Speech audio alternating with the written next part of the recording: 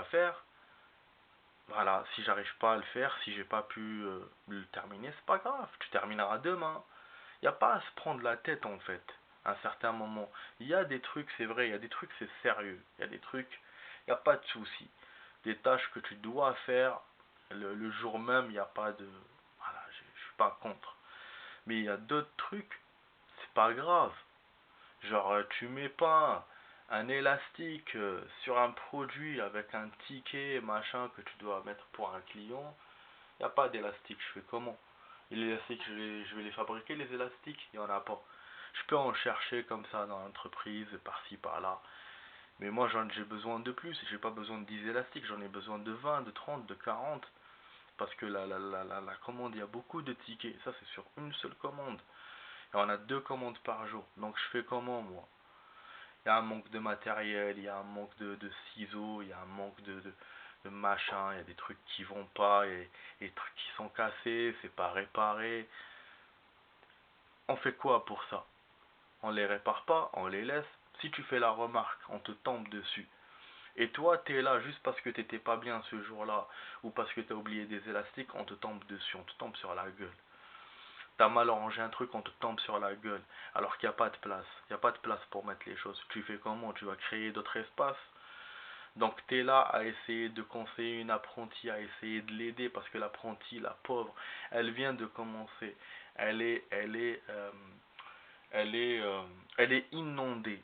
Elle est inondée en fait de tâches. Et la tâche qu'elle a à faire, il n'y a pas de place pour mettre les trucs. Elle fait comment? Donc moi j'essaie de la conseiller. On me tombe dessus. Non, non, faut pas l'écouter lui, faut pas écouter Max. Donc c'est c'est incroyable, c'est incroyable en fait. Et je rappelle, hein, je vais bientôt partir. Donc au lieu de me laisser voilà comme tu vois comme quelqu'un qui va mourir, tu lui donnes un bon repas, vous savez, c'est comment c'est un truc de ouf quand même. Même les prisonniers quand ils vont il y a comment il s'appelle, il y a la peine de mort. Il leur donne un plat qu'ils aiment. Moi, je vais partir dans 2 semaines en Mongole.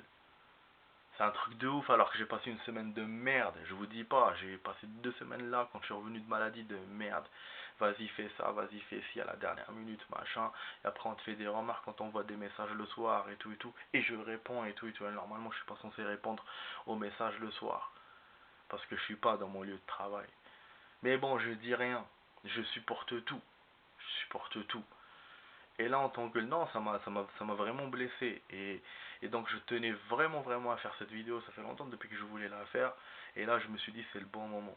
Comme ça, comme ça, je raconte l'histoire là que j'ai entendue tout à l'heure de la fille là qui m'a touché. Et franchement, moi, bon, il y a un vieux collègue qui s'occupait d'elle. Du coup, j'ai pas voulu lui donner des conseils. Bon, après, moi en ce moment au niveau conseil, je sais pas ce que je peux donner, je vais me faire virer, donc du coup, qu'est-ce que je peux dire comme conseil? Donc pour l'aider, je peux juste partager mon expérience avec les autres, et puis c'est tout ce que je peux faire.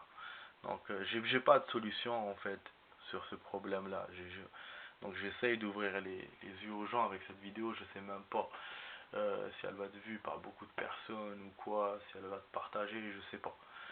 Je sais pas, mais voilà, mais j'essaie juste de parler de ça parce que c'est important. C'est important le travail. Le travail, c'est un gagne-pain.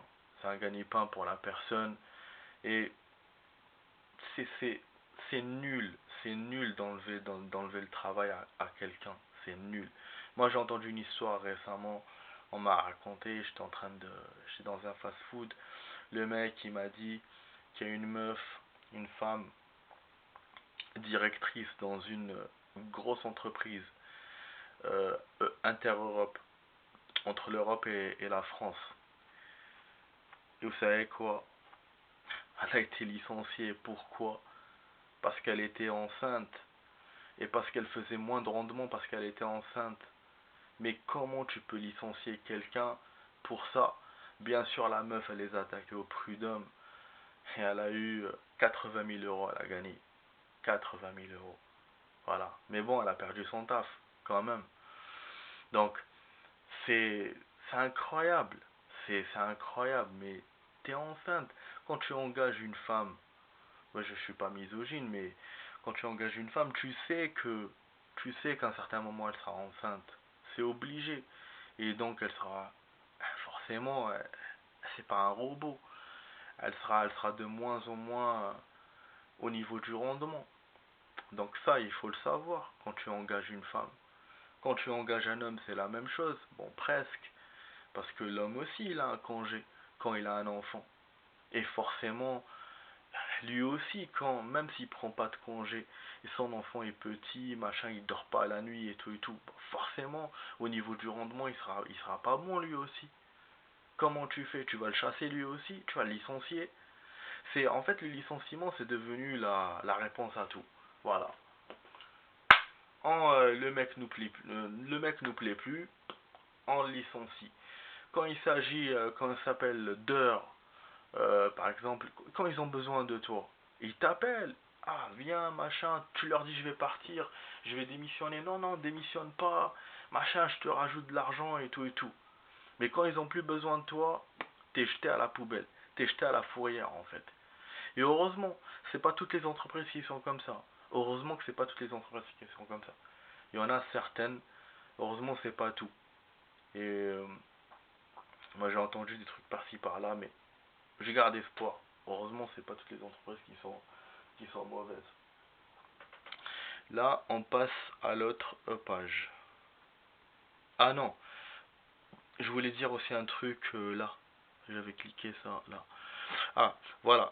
Et du coup, les symptômes, parce qu'on a vu les conséquences, il faut voir aussi les symptômes du stress du travail. Les symptômes, donc comment tu sens qu'en fait t'es stressé, c'est quoi le truc qui te montre, parce que ton corps il se défend contre le stress ou contre n'importe quelle chose qui le dérange. Parce que le stress n'est pas fait pour nous en fait, on n'est pas fait pour vivre avec le stress. Mais comme je vous ai dit au début, le stress il est là, il est partout. On doit essayer de s'adapter.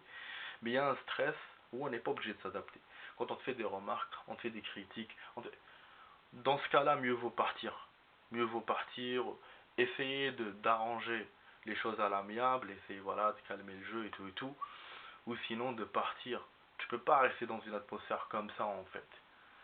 Sinon, bon, moi j'ai fait un autre choix, je suis resté quand même, mais ce que je peux conseiller, c'est partir, c'est chercher ailleurs.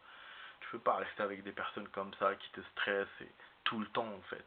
C'est pas une fois par semaine, c'est pas quand on a lu que ce qu'on a lu dans le truc dans la première page, c'était une fois par semaine, 60% des Français sont stressés.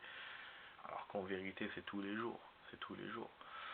Donc là voilà, donc les symptômes: sensibilité, nervosité accrue, crise de larmes, angoisse, excitation, tristesse, sensation de mal-être. Symptômes intellectuels, perturbation de la concentration, entraînant des erreurs et des outils de difficulté à prendre des initiatives ou des décisions.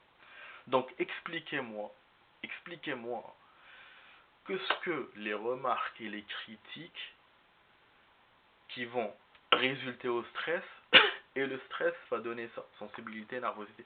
Expliquez-moi c'est quoi la bonne chose de faire ça. Mais il faut pas faire ça. Faut pas faire ça aux autres. Faut pas leur faire ça. Parce que c'est ça le résultat. Le résultat, c'est sensibilité. Ils deviennent hypersensibles. La personne devient nerveuse. Et du coup, ça crée des tensions dans l'air. Il y a des crises de larmes. Donc les personnes peuvent pleurer. Il y a de l'angoisse qui se crée. Parce que oui, oui, stress est lié à angoisse aussi. Et c'est lié à anxiété aussi. Et ça, c'est des maladies qui peuvent ramener la dépression. Bah oui. Donc là, on est excité, surexcité, donc t'es là à tourner, machin, nanana, dans tous les sens. Parce que t'es inquiet, t'es en mode alerte en fait. Et du coup, t'es pas bon. T'es pas bon. Il faut travailler doucement. Il faut travailler de façon intelligente, tu vois. Et là, dans ce cas-là, il te laisse pas réfléchir parce que tout de suite, tu as le symptôme intellectuel, perturbation de la concentration, entraînant des erreurs. Forcément, tu vas faire des erreurs. Et le truc, c'est que ça. Excusez-moi, je tousse. En partageant mon expérience, qui se passe, c'est que tu as des remarques, tu stresses, après, tu es déconcentré, tu fais des erreurs, et quand tu fais des erreurs, tu as quoi derrière? J'attends la réponse. Si vous avez la réponse, tu as un avertissement. Voilà. La personne, quand elle donne, enfin la patronne, le patron ou la patronne, quand elle te donne un avertissement, elle réfléchit pas qu'en fait, avant, à ce qui s'est passé avant l'avertissement. Elle te dit oui, tu as fait une erreur. Mais pourquoi j'ai fait une erreur? J'ai fait une erreur parce que on m'a stressé. J'ai fait une erreur parce que on m'a mis la pression. J'ai fait une erreur parce que j'ai travaillé vite. Alors que normalement, on n'est pas censé travailler vite. On est censé travailler doucement et calmement. Et ça, c'est la théorie. Hein, mais la pratique, c'est jamais comme ça. Malheureusement. Et donc, c'est ça le truc. C'est d'essayer d'enquêter sur ce qui s'est passé pour que, pour qu'on a eu, pour que, et du coup, t'as pas forcément un avertissement. Tu vois, vous voyez, et, et ce qui me fait rigoler, c'est que la personne, ce qu'elle m'avait dit, elle m'avait dit, ouais, elle m'avait dit, c'est pour que, non, c'est pour que tu changes ou essayer de t'apprendre les choses. Mais comment tu peux apprendre les choses à quelqu'un avec un avertissement? T'apprends rien avec un avertissement. Un avertissement, t'en as trois, tu te fais licencier. Donc pour apprendre, c'est de ne pas donner l'avertissement. C'est après tout ça d'essayer de comprendre pourquoi il a fait des erreurs. Et si tu vois que il a fait des erreurs parce que c'est sa faute, c'est pas dû au stress ou à quelque chose, là, il faut réexpliquer.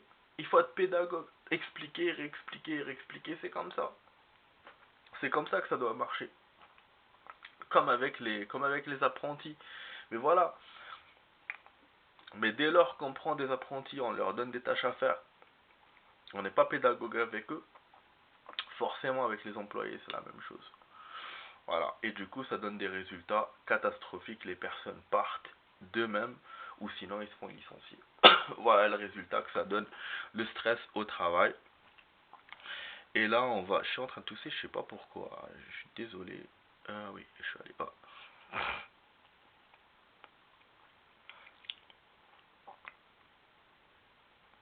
Ah, la 61%, je l'avais pas encore fait, excusez-moi, parce que je l'avais vu tout à l'heure. Ouais, parce que j'ai lu avant de faire les choses. Sinon, c'est pas, c'est pas correct hein, de faire un taf sans lire, sans chercher.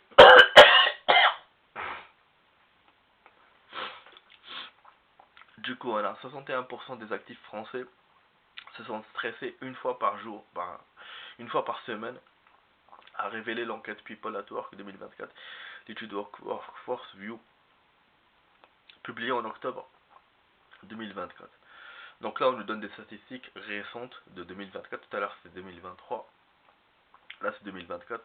Comme je vous ai dit, hein, j'ai pas enquêté sur les sources de ces recherches. J'ai juste cherché comme ça, vite fait.